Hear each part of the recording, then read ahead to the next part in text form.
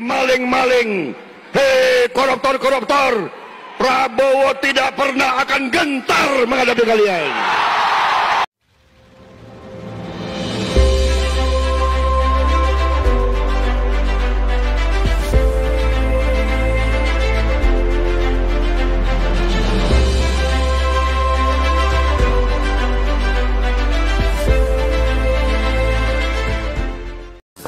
Kejagung menyita triliunan rupiah uang dari kaki tangan Bobi Nasution dan Kaisang.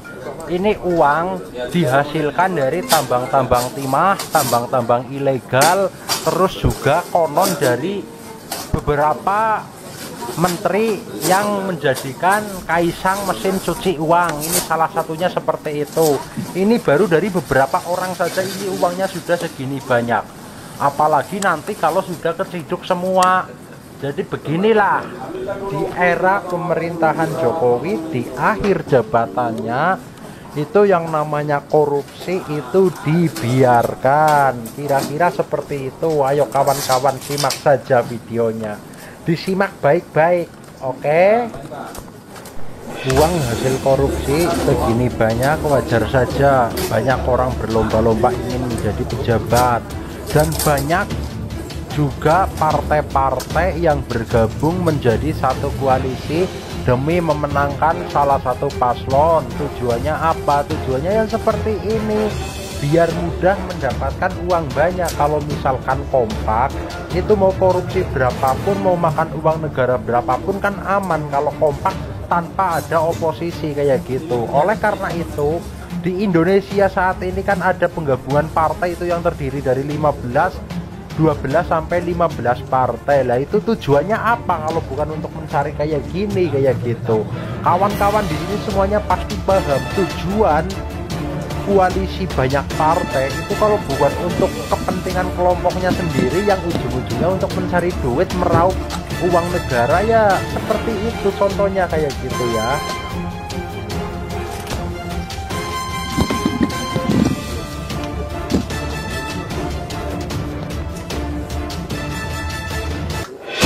Kalau kita punya uang banyak, kita sudah caranya. Ini adalah hanya sebagian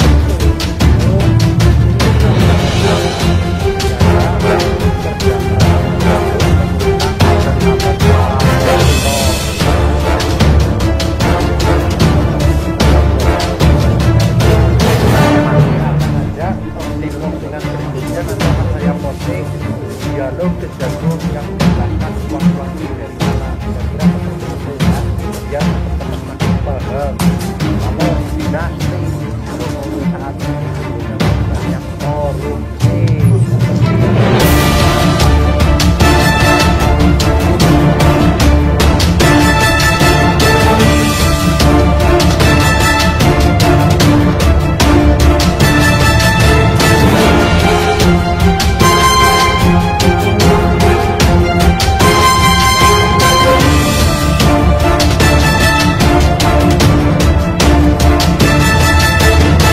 Ini dia barang hasil sitaan Kejagung ya. Jadi Kejagung itu menyita uang triliunan rupiah.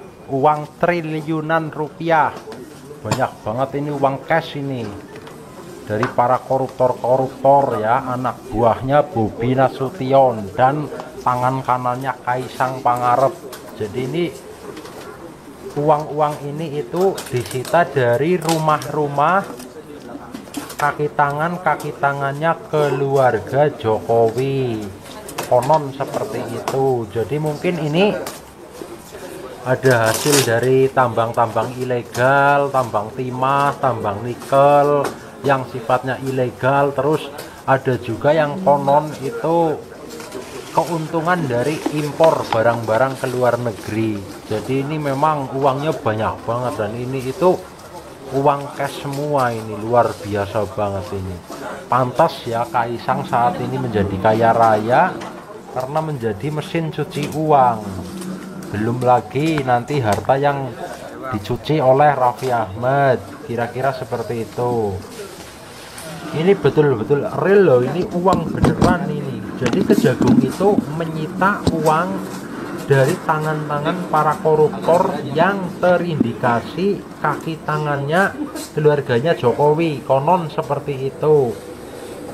Nah, nanti di video ini akan ada ya, tapi di video lanjutannya nanti akan saya posting lagi dialognya ya.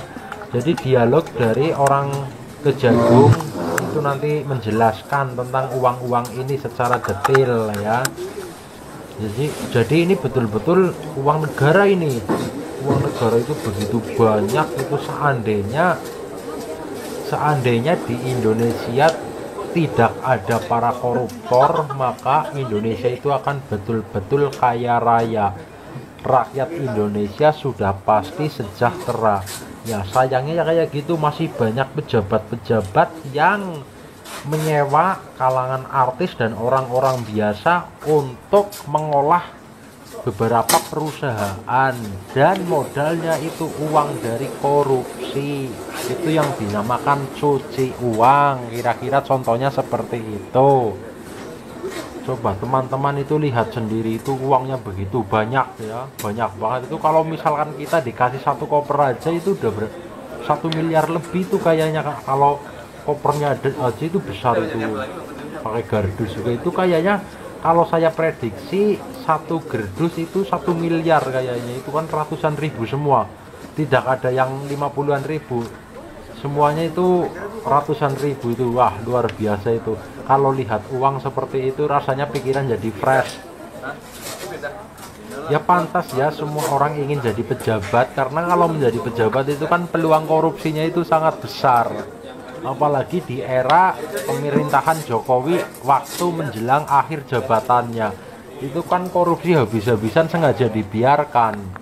Kalau yang merasa mengancam musuhnya yang korupsi itu segera diusut, tetapi kalau dari kelompoknya sendiri itu dibiarkan kayak gitu. Ya ini Kejagung cukup berani ini saat ini menyita triliunan uang, ini betul-betul dan luar biasa banget. Buat kawan-kawan yang butuh duit itu silakan ambil satu gardus. Ini buat apa kayak gitu, korupsi segini banyak.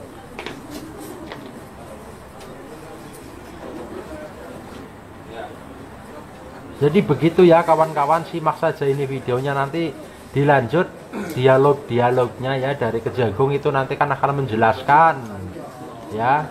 Ini saya posting video seputar tentang gambar-gambar duitnya aja dulu. Ini biar teman-teman percaya kalau ini baru dari salah satu loh, masih banyak cabang-cabang yang menyimpan uang negara di beberapa daerah.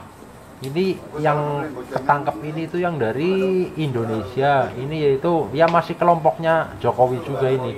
Soalnya kan kaki tangan Bobi dan Kaisang, konon seperti itu. Uangnya itu betul-betul banyak banget ini. Korupsi merupakan kejahatan luar biasa. Merusak sendi-sendi kehidupan bangsa, menghambat pembangunan, menghambat pemenuhan kebutuhan dasar masyarakat luas dalam hal pemenuhan pendidikan, kesehatan, ketahanan pangan, dan akses sosial kemasyarakatan lainnya bisa terganggu karena perilaku korupsi. Kasus ini melibatkan mantan kepala desa Binakal yang terbukti menggelapkan dana desa untuk kepentingan pribadi. Dana yang seharusnya digunakan untuk pembangunan infrastruktur dan pemberdayaan masyarakat justru disalahgunakan. Mantan kades ini mengakui telah mencairkan anggaran desa dan memindahkannya ke rekening pribadi. Korupsi ini merugikan masyarakat desa yang berharap pada pembangunan dan kemajuan ekonomi. Pelaku kini tengah menjalani proses hukum dengan tuntutan pidana yang berat. Mantan Kepala Desa Maskuning Kulon, U, menyalahgunakan bantuan alat dan mesin pertanian berupa traktor. Traktor yang seharusnya dimanfaatkan kelompok tani, justru dijual ke pihak lain. Unang divonis 2,5 tahun penjara, denda 100 juta rupiah, dan diwajibkan mengganti kerugian negara sebesar 398 juta rupiah. Kelompok tani hanya diminta menandatangani dokumen dan berfoto tanpa menerima alat tersebut. Salah satu capaian penting yang berhasil ditangani oleh Kejaksaan Negeri Bondowoso adalah kasus korupsi dalam proyek rekonstruksi Jalan Bata Tegal Jati. Proyek yang menghabiskan anggaran 4,8 miliar rupiah ditemukan bermasalah akibat adanya pengurangan volume pekerjaan yang mengakibatkan kerugian negara hingga 2 miliar rupiah. Kejaksaan Negeri Bondowoso berhasil mengungkap dugaan penyalahgunaan wewenang yang melibatkan mantan Kepala Dinas BSBK, Munandar, dan 2 rekanannya. Penyitaan uang tunai sebesar 2,2 miliar rupiah dari salah satu tersangka, RM, menjadi bukti kuat dalam proses pemulihan kerugian negara.